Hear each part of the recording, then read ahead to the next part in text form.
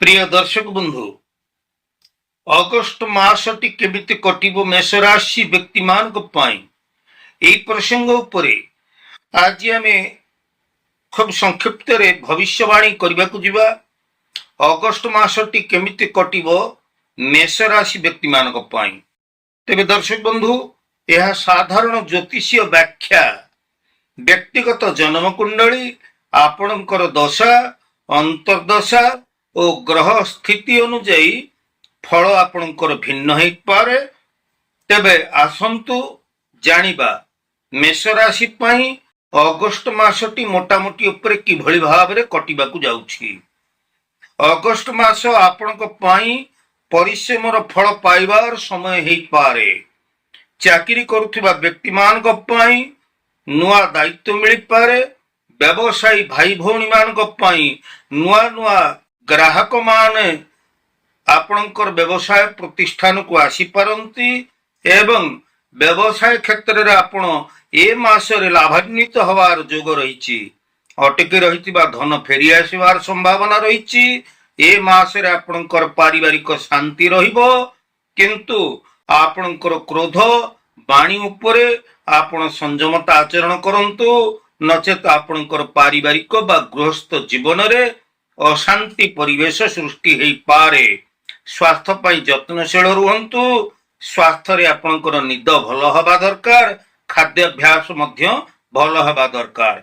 तेबे सबुठारु महत्वपूर्ण सूचना होउची जे अगस्ट मासर 1 तारिख ठारू मो मासर शेष पर्यंत प्रत्येक दिनर विवरणी कहिबी आज रे वीडियो रे, जो थरे आपण जानि परिबे प्रत्येक तारीख रे कोन आपणकर हबाक जाउछि।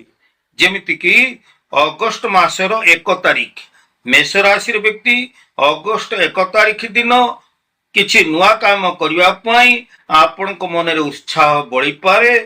कार्य क्षेत्र रे वरिष्ठ मानकर सहयोग पाइबार संभावना बढ़ी जिवो। तेबे अनावश्यक खर्च आपणकर आजिर दिन रे हेई पारे। तेबे अगस्ट 2 तारिख दिन परिवार रे आपणकर खुशीर वातावरण रहिबो। दूर रे थिबा कोनोसी बंधु बा संपर्कियक ठारू आपण लाभ पाई पारंती बा शुभ खबर पाई पारंती। स्वास्थ्य दृष्टि आपण पर्याप्त विश्राम नियंतु। अगस्ट 2 तारिख दिन अगस्ट मास 3 तारिख दिन मेष राशि व्यक्ति व्यवसाय रे नुआ सुजोग आसीबो। चाकरी रे नुआ दायित्व बढ़िबो। क्रोध उपरे कोनोसी निष्पत्ति आपण नियंतु नाही। अगस्ट मास 4 तारिख धन संबंधी कार्य रे सतर्क रुहंतु। परिश्रमर फल मिलिबार संभावना रहिछि। छात्र छात्री मानक पई पाठ पढ़ार भल दिनटी आछि। मन देई पाठ पढ़ंतु। अगस्ट मास 5 तारिख कार्य क्षेत्र रे प्रशंसा मिलिबो। कर्म क्षेत्र उज्जवलमय हबो। आपणकर समस्त योजना सफल हबो। यात्रा क्षेत्र रे आपण टिके सतर्क बा सावधानता अवलंबन करंतु। अगस्ट मास 7 तारिख आर्थिक दृष्टि आजिर दिनटी आपणक पई साधारण रही पारे। परिवार सहित समय काटिले मन प्रफुल्ल रहिबो। अगस्ट मास 8 तारिख नुआ परिचय भविष्यत रे लाभदायक हेई पारे। स्वास्थ्य पई नियमित व्यायाम करंतु। स्वास्थ्य पई आज दिन रे सतर्क रहंतु। अगस्ट मास 9 तारिख अटकी थिबा काम आपणकर आगु बढ़िबो। धन संबंधी देण लेण आपणकर आज दिन रे अधिक हेई पारे। अगस्ट मास 10 तारिख मेष राशि चाकरी रे नुआ सुजोग मिल पारे। व्यवसायी भाई मानक पई नुआ ग्राहक आसी परंती। व्यवसाय रे लाभ हेई पारे। अगस्ट मास 11 तारिख परिवार रे कोनोसी वयस्क सदस्यंकर परामर्श उपकारी आपणक हेई पारे। स्वास्थ्य को अवहेला करंतु नाही। अगस्ट मास 11 तारिख दिन अगस्ट मास 12 तारिख मेष राशि आपणकर भ्रमण दूर यात्रार संभावना रहिछि। दूर को कुआडे जिबार अछि। अनावश्यक विवाद ठार आपण निजको दूरे रखंतु। अगस्ट मास 13 तारिख आय बढ़िबार नुआ उपाय मिल पारे। आत्मविश्वास आपणकर बढ़ी पारे। अगस्ट मास 14 तारिख छात्र छात्री मानक पई दिनटी अत्यंत शुभंकर हबो। धार्मिक एवं आध्यात्मिक कार्य रे एई दिन रे आपणकर रुचि बढ़ी पारे। अगस्ट मास 15 तारिख ଦୀର୍ଘ ଦିନର ଯୋଜନା ପ୍ରଗତି ଦେଖିବାକୁ ମିଳିବ। ପରିବାର ବନ୍ଧୁ ମାନଙ୍କ ସହିତ ସମୟ କାଟିବାର ଭଲ ସୁଯୋଗ ମିଳିବ। ତେବେ ମାସର ପ୍ରଥମାର୍ଦ୍ଧର ସାରାଂଶ କଥା ହଉଛି, ଏଇ ମାସରେ ଆପଣ ପରିଶ୍ରମ, ଧୈର୍ଯ୍ୟ, ସଠିକ ଯୋଜନା ଉପରେ ଗୁରୁତ୍ୱ ଦେଲେ ଭଲ ଏ ମାସରେ ଭଲ ଫଳ ପାଇବେ। ଅନାବଶ୍ୟକ ବିବାଦ ଠାରୁ ଦୂରେଇ ରୁହନ୍ତୁ। ଅତି ତରବରିଆ ଭାବରେ କୌଣସି ପ୍ରକାର ନିଷ୍ପତ୍ତି ଆପଣ ନିଅନ୍ତୁ ନାହିଁ। ତେବେ ଅଗଷ୍ଟ ମାସର ଦ୍ୱିତୀୟାର୍ଦ୍ଧକୁ ଯଦି ଆମେ ଲକ୍ଷ୍ୟ କରିବା, ଅଗଷ୍ଟ ମାସ 16 ତାରିଖ ଦିନ ଆପଣଙ୍କର କର୍ମକ୍ଷେତ୍ରରେ ନୂଆ ଦାୟିତ୍ୱ ମିଳିବ। ଧୈର୍ଯ୍ୟର ସହିତ କାମ କଲେ ଆପଣଙ୍କୁ ଲାଭ ମିଳିବ। ଅଗଷ୍ଟ 17 ତାରିଖ ପରିବାରର ହସ ଖୁସିର ମାହୋଲ ଭଲ ରହିବ ଏବଂ ଧନ ନେଣ ଦେଣ କାର୍ଯ୍ୟ ପ୍ରତି ଆପଣ ଏଦିନ ଟିକେ ସତର୍କ ରୁହନ୍ତୁ, କାହାକୁ କରଜ ଦିଅନ୍ତୁ ନାହିଁ। ଅଗଷ୍ଟ ମାସ 18 ତାରିଖ ବ୍ୟବସାୟରେ ଆପଣଙ୍କର ଭଲ ଲାଭ ହେବ। ସ୍ୱାସ୍ଥ୍ୟ ପାଇଁ ଆପଣ ପର୍ଯ୍ୟାପ୍ତ ପାଣି ବିଶ୍ରାମ ନିଅନ୍ତୁ, ସ୍ୱାସ୍ଥ୍ୟ ପାଇଁ ଯତ୍ନଶୀଳ ହୁଅନ୍ତୁ। ଅଗଷ୍ଟ ମାସ 19 ତାରିଖ ଚାକିରିରେ ବରିଷ୍ଠ ମାନଙ୍କର ପ୍ରଶଂସା ମିଳିବ। ଅନାବଶ୍ୟକ ବାଦ ବିବାଦ ଠାରୁ ଆପଣ ଦୂରେଇ ରହିବାକୁ ଚେଷ୍ଟା କରନ୍ତୁ। ଅଗଷ୍ଟ ମାସ 20 ତାରିଖ ଅଟକି ରହିଥିବା କାର୍ଯ୍ୟ ଗୁଡିକ ଆପଣଙ୍କର ତ୍ୱରାନ୍ୱିତ ହେବ। ସମୟ ଆଜି ଦିନଟି ଭଲରେ ବିତିବ।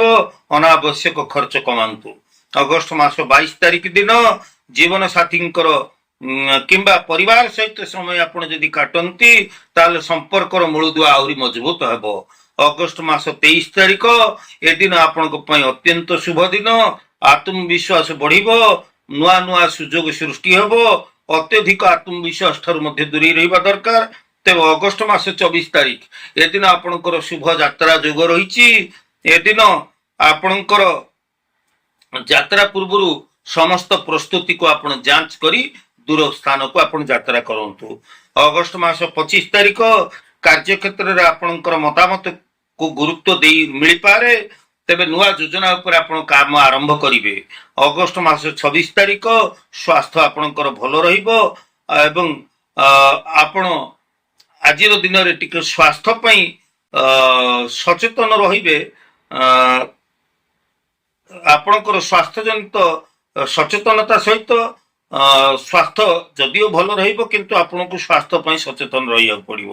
ଅଗଷ୍ଟ ମାସ 27 ତାରିଖ ପୁରୁଣା ବନ୍ଧୁଙ୍କ ସହିତ ଆପଣଙ୍କର ସମ୍ପର୍କ ସ୍ଥାପିତ ହେଇପାରେ ଏବଂ ପୁରୁଣା ସମସ୍ୟା ଗୁଡିକ ଯୋଉଗୁଡିକ ଆଗରୁ ଅଟକି ରହିଥିଲା ସେ କାର୍ଯ୍ୟ ଗୁଡିକ ଆପଣଙ୍କର ଆଜିର ଦିନରେ ହେଇପାରେ। ଅଗଷ୍ଟ ମାସ 28 ତାରିଖ ବ୍ୟବସାୟରେ ନୂଆ ସୁଯୋଗ ମିଳିବ।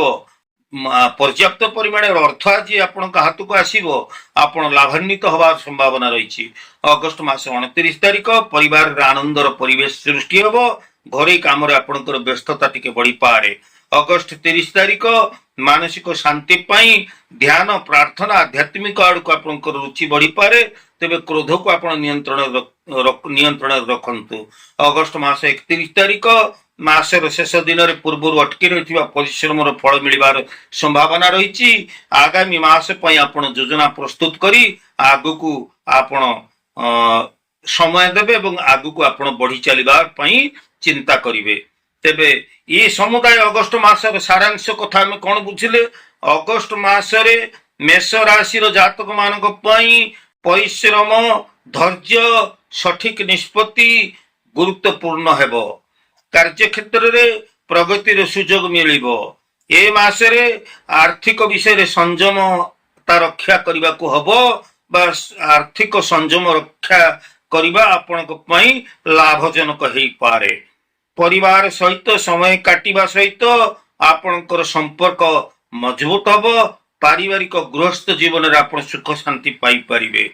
ସ୍ୱାସ୍ଥ୍ୟ ପାଇଁ ଆପଣଙ୍କର ଜୀବନ ଶୈଳୀକୁ ଆପଣ ଅନୁସରଣ କରନ୍ତୁ, ସୁସ୍ଥ ଜୀବନ ଶୈଳୀକୁ ଅନୁସରଣ କରନ୍ତୁ, ଯାହା ଫଳରେ କି ଆପଣଙ୍କର ସ୍ୱାସ୍ଥ୍ୟ ଭଲ ରହିବ।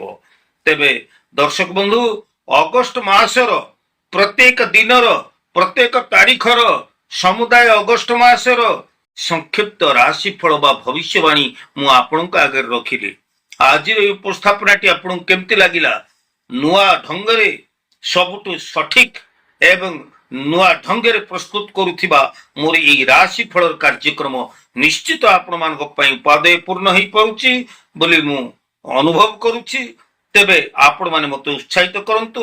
ମୋର ଭିଡ଼ିଓକୁ ଯଦି ଆପଣ ନୂଆ କରି ଦେଖୁଛନ୍ତି ଆପଣ ସବସ୍କ୍ରାଇବ୍ ଟିକେ କରନ୍ତୁ, ଲାଇକ୍ କରନ୍ତୁ ଏବଂ ଆପଣଙ୍କର ପ୍ରିୟ ପରିଜନ ପାଇଁ ମୋର ଭିଡ଼ିଓକୁ ବହୁଳ ପରିମାଣରେ ସେୟାର ମଧ୍ୟ କରନ୍ତୁ। ଆଜି ତ ସମୟ ହେଇଯାଇଛି ଦର୍ଶକ ବନ୍ଧୁ, ପୁଣି ଆମେ ପରବର୍ତ୍ତୀ ଅଧ୍ୟାୟରେ ଦେଖା ହେବା। ସେ ପର୍ଯ୍ୟନ୍ତ ବିଦାୟ ଦିଅନ୍ତୁ। ମୁଁ ଜ୍ୟୋତିର୍ବିଦ ପଣ୍ଡିତ ସୁଧୀର। ଜୟ ଜଗନ୍ନାଥ।